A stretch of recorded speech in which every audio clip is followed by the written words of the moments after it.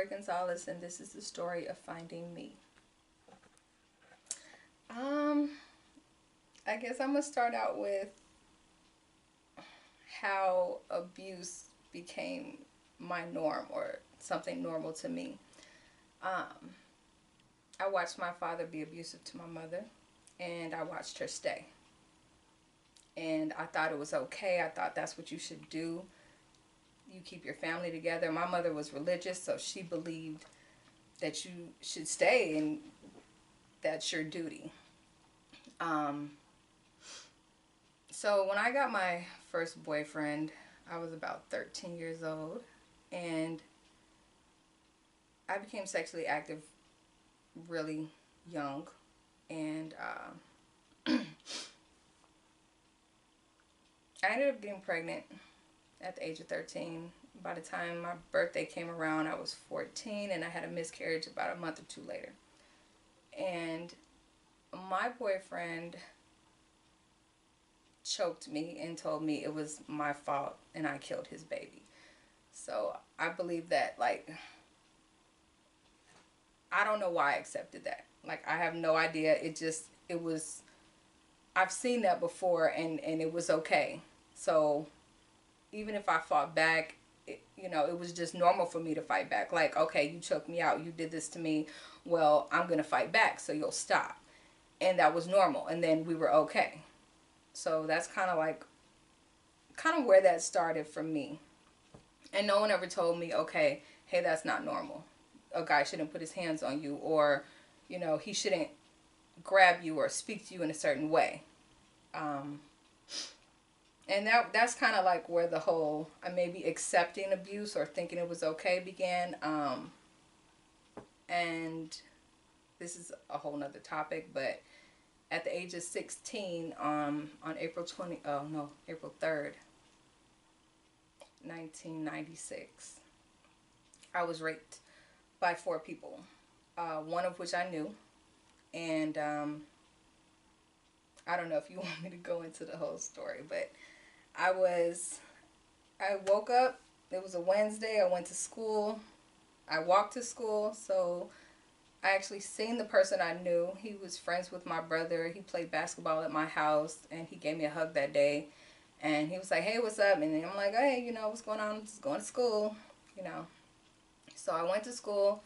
By the time my third hour hit, well, I had a little attitude back then. So I got smart with my chemistry teacher, and we were supposed to take a test. I don't think I was prepared. I didn't have a pencil, or it was something about a pencil. I don't remember. But she kicked me out because I had attitude. And I was like, well, whatever, lunch hour's next. I'm just going to walk home. So I walked home. I ran into another friend of mine. I think he had just got out of juvie. And he wanted to smoke. And I wasn't a smoker, but I was like, okay, so we walked with each other, we talked, and, we're just going back and forth like, hey, what's going on in your world? Oh, I just got out of juvie. And I'm like, yeah, okay, I'm just playing volleyball, I'm in school, whatever, And so he walked to one house, and nobody was there, so he was like, okay, I'm going to go to another house, and we went to, it was a block away from my mom's house, and surprisingly, the guy I saw in the morning was sitting in the living room along with 3 other people. So I sat down on the edge of the couch, and I said what's up to the guy I knew, and the other people I didn't know, but I remember like there were like steak knives and baggies and weed, all on this coffee table. And I'm like, oh, okay, they're going to smoke and whatever. So conversation was going, and then the guy that I was walking with, his name was Rob, he was like, hey, come in the back room so I could talk to you.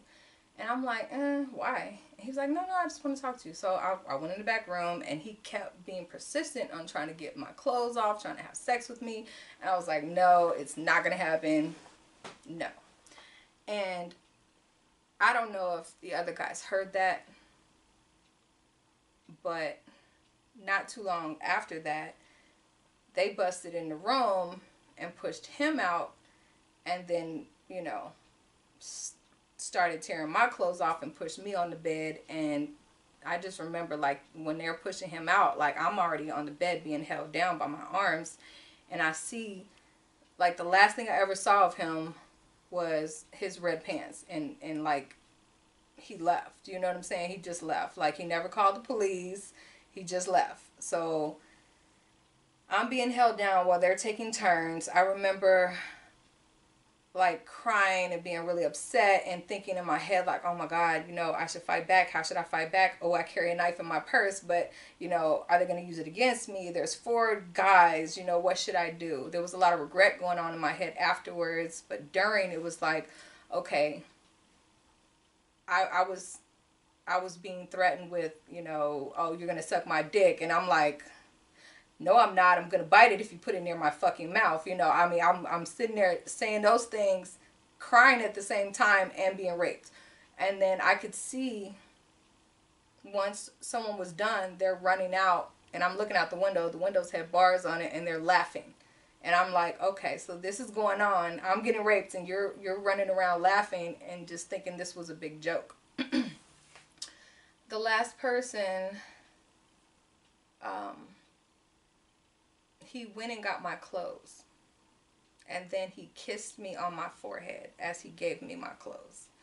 And I was like, and then he left. So I was left alone in this house. It was crazy. So now, mind you, I was a block away and 1 block up to my mom's house. So when I walked home, you know, I was crying. And then by the time I got to my door, my mother opened the door and she just was like, oh my God, what happened? And I couldn't speak. And she was like, you've been raped. Like, she knew. Like, I don't know if it was in my eyes, I don't know, but she just knew. And I remember her calling. She didn't drive. So I remember going in an ambulance, making a police report. I remember them doing the rape kit, and everything. After that, the guy that I knew would try to follow me around. Like, I'd be walking with my friends to Walgreens or wherever we'd walk, to the gas station.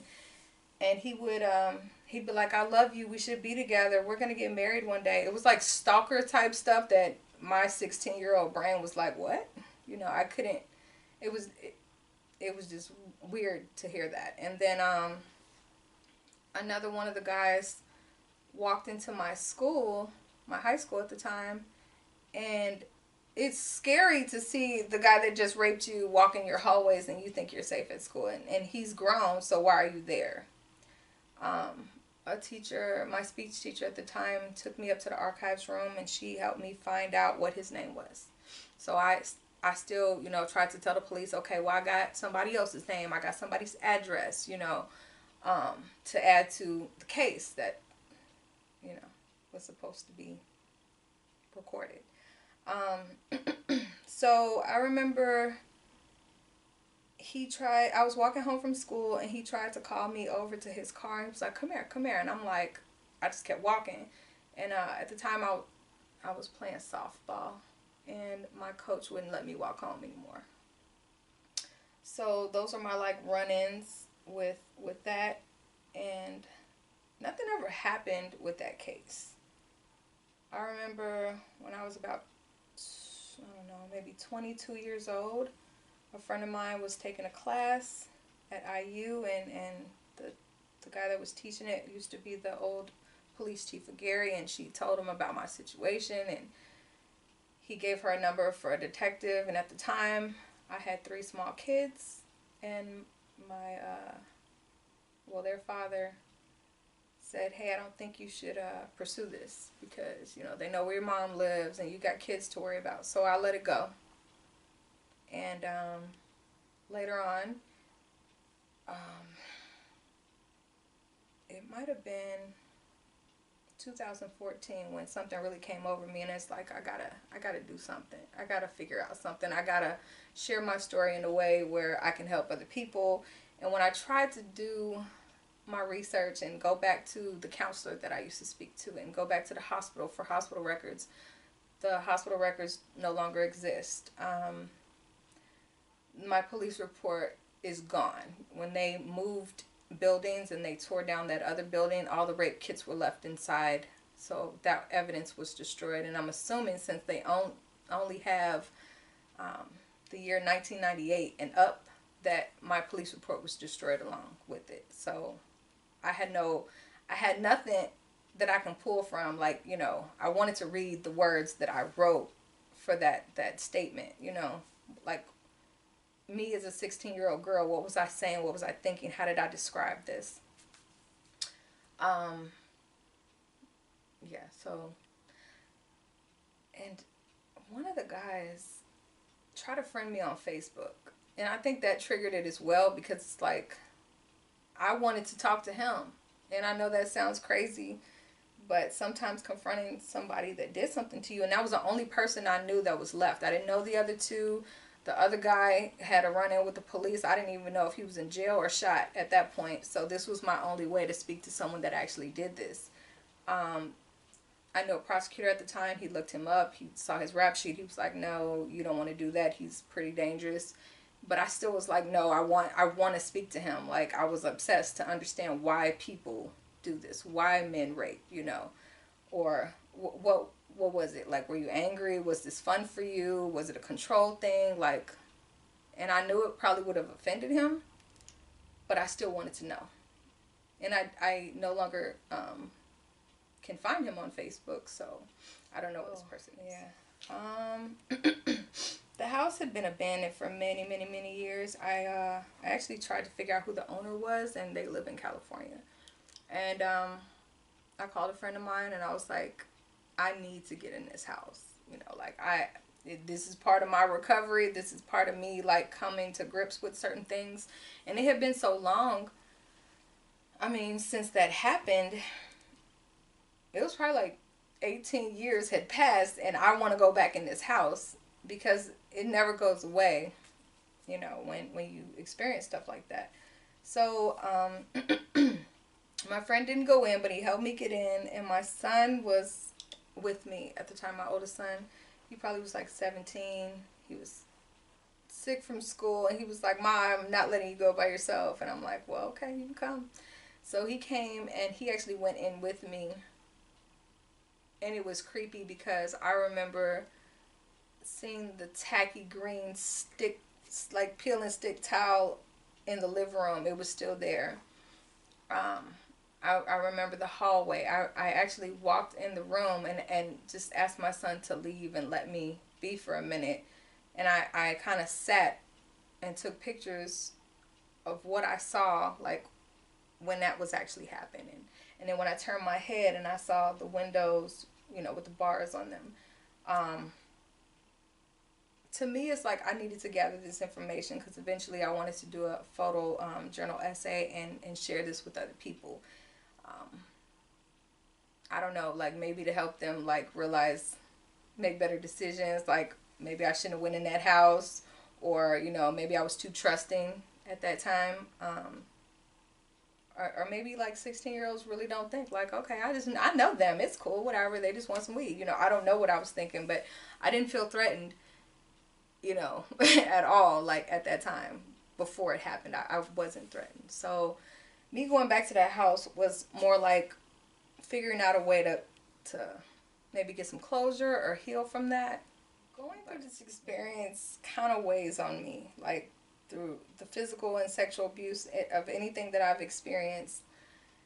I remember being 18, starting college, and telling my my counselor, like, I want to help people. I want to help people that have been raped or abused, you know. And she's like, oh, well, you got a little boy, and, you know, that's depressing, and I'm not sure if you really want to do that. So it was kind of like, I'm listening to this counselor, you know, like, for advice, and she kind of, like, steered me away from that. I don't know if she thought she was doing me a favor, but I mean, I didn't go into that field. I mean, I went into sociology and psychology for my undergrad, but it still allowed me to study, like, human behavior and the mind. So every paper that I wrote, I think I might have been a little obsessed to understand why. Like, why? What was your reason? Why do people hurt other people. So like every research paper had to do with rape.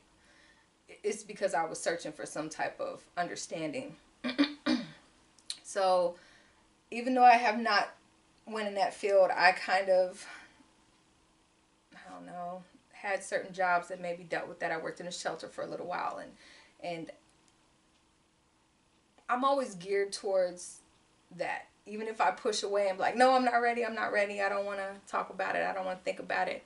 I feel like I can talk more about my experience of being raped opposed to being physically abused. Like, that was more recent. This was a little different. But like, even with being physically abused in those situations, I was also raped in those situations. So it was like, it brought it all back. You know what I'm saying? So yeah, I feel like my purpose is to reach out and help people. Like, my ultimate goal would be to start a shelter, and incorporate, I guess, I want people to come in, or maybe start my own program and learn how to do this. I want women to be able to defend themselves. So I want to teach about self-defense. I mean, those places are nonviolent, but you do need to understand, like, if someone is trying to attack you, don't run in the bathroom or kitchen. It's safer in rooms that have couches and beds, because you can actually get hurt when you're trying to escape someone. I mean, so yeah, I want to eventually have a shelter of my own, you know, where there's counseling, there's self-defense classes. A lot of women lose themselves in situations. Like, after you've been raped, you feel like, you know, I don't know if you value yourself that much. Some women clam up and never want to be touched again, and then some women have no respect for sex, because it's like, well, they took that from me, so it doesn't matter if I give it away. Who cares? It's not a big deal, you know. Like, I remember looking at, like, I would never connect love and sex. It was really hard for me to connect that. Sex was an activity, love was different.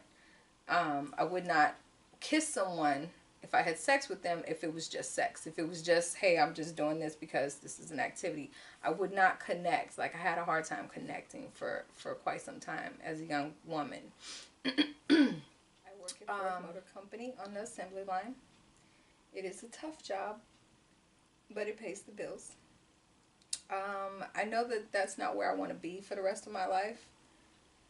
So I started a master's program in project management, which I am in my second class. I'm really excited about that. I want to say in 2011, I started being creative.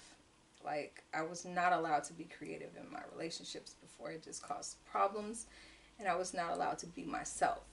So when I was free of those abusive relationships, I don't know, God put people in front of me that I needed to be in front of, because they brought out my creative spirit. Like, I did some films, you know, I did some modeling, and then I started getting into photography.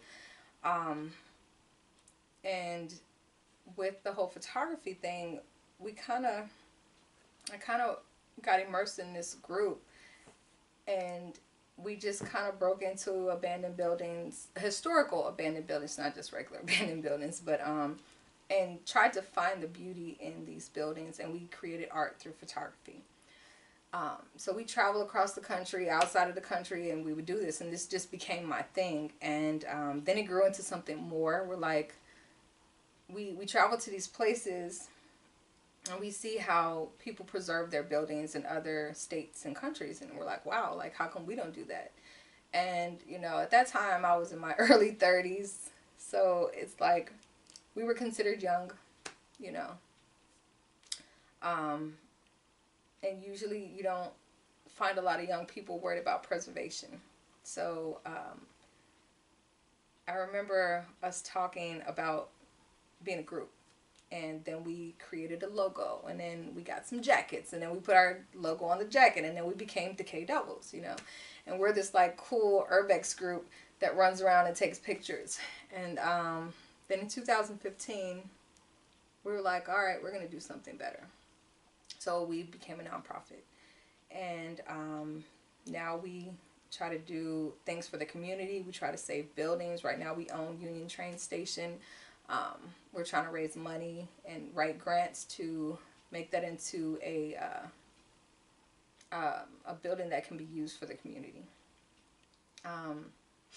We still do our art. We still, right now, I am the vice president of Decay Devils, and then the president, Tyrell Anderson, he and I are in South Shore Arts. There's it's called Urban Ruin Haunts, and we have our photographs up under Decay Devils, talking about abandonment and how we can change the abandonment in our city. So I'm really proud of that, and I'm happy that made, I think that the whole thing, like being creative, being able to take pictures, being able to express myself, and have this group that is supportive and growing in everything that we do, that helps. You know, that really helps to have a support system. It pushes you forward to do something and not just sit there and be sad all the time and like, oh, my poor life. Because yeah, some bad things happen to you, but it's not the end of the world. You know, you're still breathing, you're still living. You can do so much. Like, you choose, you know, you choose where you're going to be. If you're going to stay in that low place, or if you're going to figure out how to get to a higher place and be happy. So, yeah, that's pretty much what I'm doing.